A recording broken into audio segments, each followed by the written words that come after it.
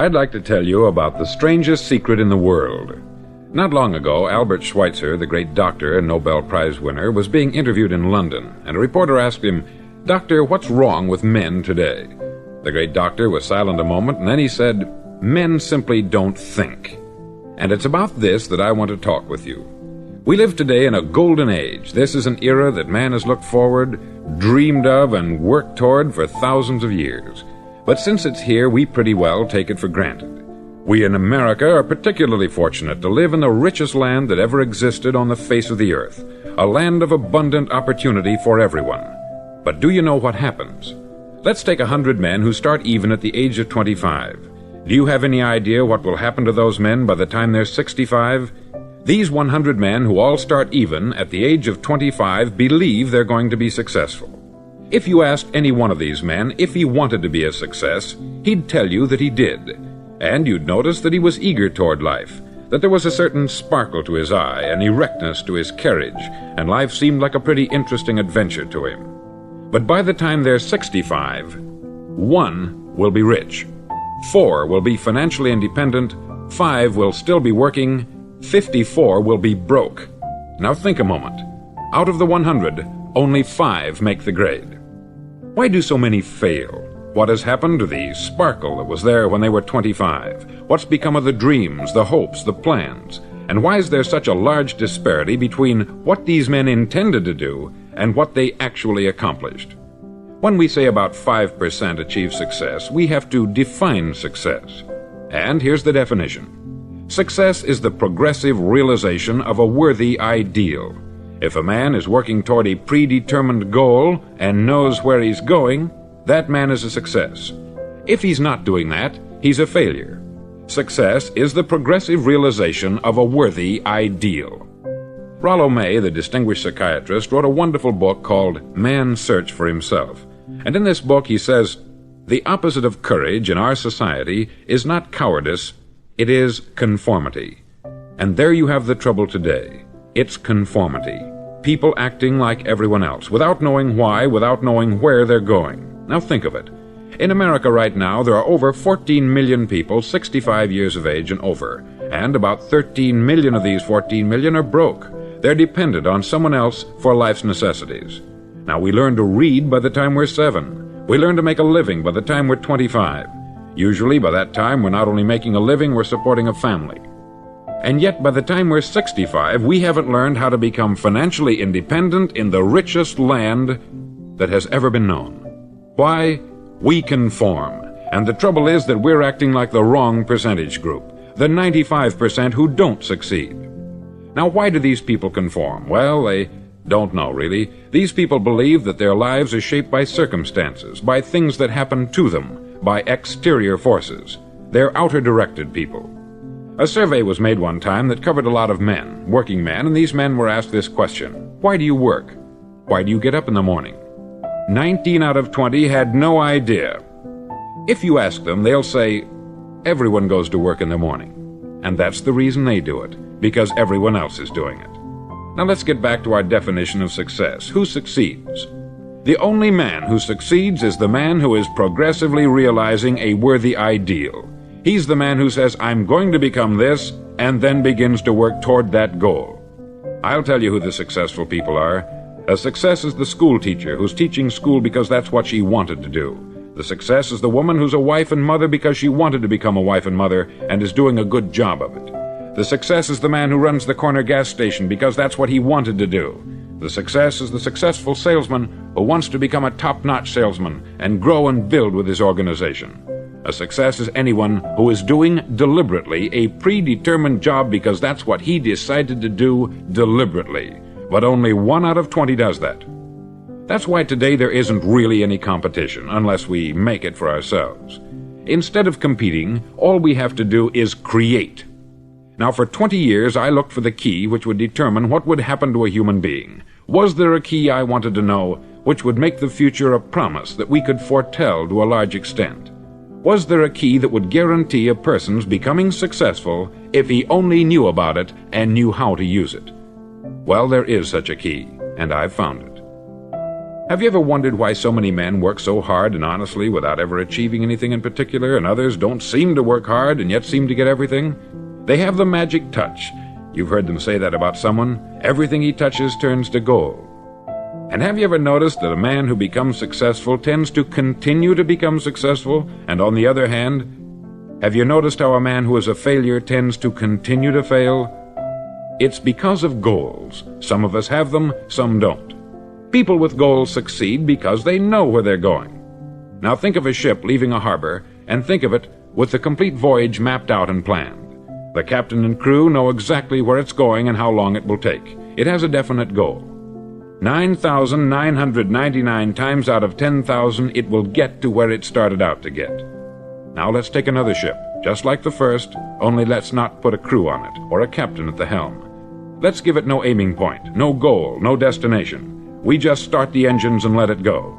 I think you'll agree with me that if it gets out of the harbor at all, it will either sink or wind up on some deserted beach a derelict. It can't go any place because it has no destination and no guidance. It's the same with a human being. Take the salesman, for example. There is no other person in the world today with the future of a good salesman. Selling is the world's highest paid profession, if we're good at it and if we know where we're going. Every company needs top-notch salesmen, and they reward those men. The sky is the limit for them. But how many can you find? Someone once said, "The human race is fixed, not to prevent the strong from winning, but to prevent the weak from losing." The American economy today can be likened to a convoy in time of war. The entire economy is slowed down to protect its weakest link, just as the convoy had to go at the speed that would permit its slowest vessel to remain in formation. That's why it's so easy to make a living today. It takes no particular brains or talent to make a living and support a family today. So we have a plateau of so-called security, if that's what a person's looking for. But we do have to decide how high above this plateau we want to aim for. Now let's get back to the strangest secret in the world, the story that I wanted to tell you today. Why do men with goals succeed in life and men without them fail? Well, let me tell you something which, if you really understand it, will alter your life immediately. If you understand completely what I'm going to tell you from this moment on, your life will never be the same again. You'll suddenly find that good luck just seems to be attracted to you. The things you want just seem to fall in line. And from now on, you won't have the problems, the worries, the gnawing lump of anxiety that perhaps you've experienced before. Doubt, fear, well, they'll be things of the past. Here's the key to success, and the key to failure. We become what we think about. Now let me say that again. We become what we think about. Throughout all history, the great wise men and teachers, philosophers and prophets have disagreed with one another on many different things. It is only on this one point that they are in complete and unanimous agreement. Listen to what Marcus Aurelius, the great Roman emperor, said. He said, "A man's life is what his thoughts make of it." Disraeli said this, "Everything comes if a man will only wait. I have brought myself by long meditation to the conviction that a human being with a settled purpose must accomplish it, and that nothing can resist a will that will stake even existence for its fulfillment." Ralph Waldo Emerson said this, "A man is what he thinks about all day long." William James said, "The greatest discovery of my generation is that human beings can alter their lives by altering their attitudes of mind." And he also said, "We need only in cold blood act as if the thing in question were real, and it will become infallibly real by growing into such a connection with our life that it will become real. It will become so knit with habit and emotion that our interest in it will be those which characterize belief." He also said this, "If you only care enough for a result, you will almost certainly attain it. If you wish to be rich, you will be rich. If you wish to be learned, you will be learned. If you wish to be good, you will be good.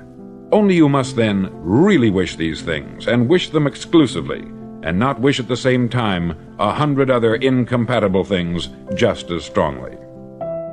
In the Bible you read, in Mark 9:23, "If thou canst believe, all things are possible to him that believeth."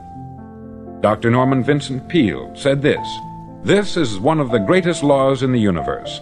Fervently do I wish I had discovered it as a very young man. It dawned upon me much later in life, and I found it to be one of the greatest, if not my greatest discovery, outside of my relationship to God.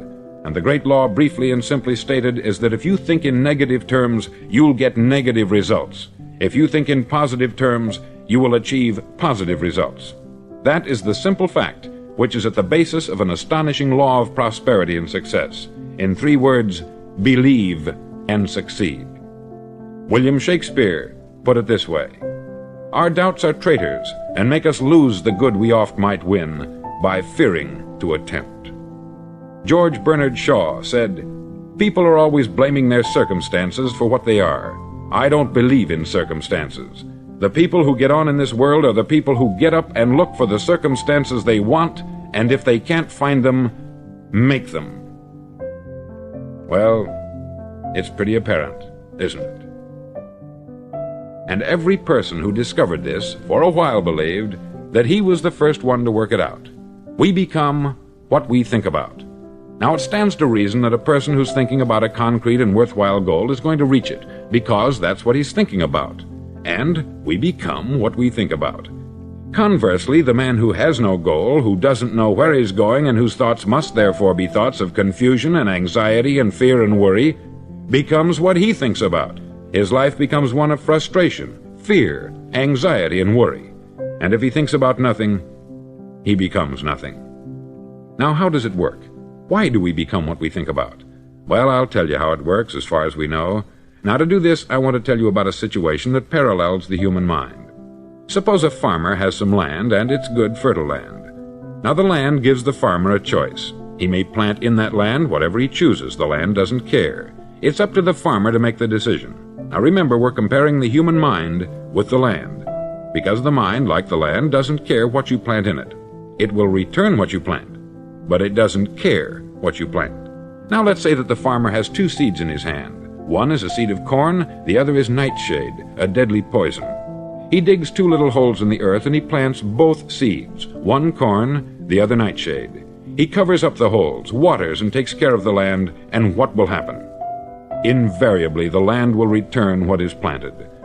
As it's written in the Bible, "As ye sow, so shall ye reap." Remember, the land doesn't care. It will return poison in just as wonderful abundance as it will corn.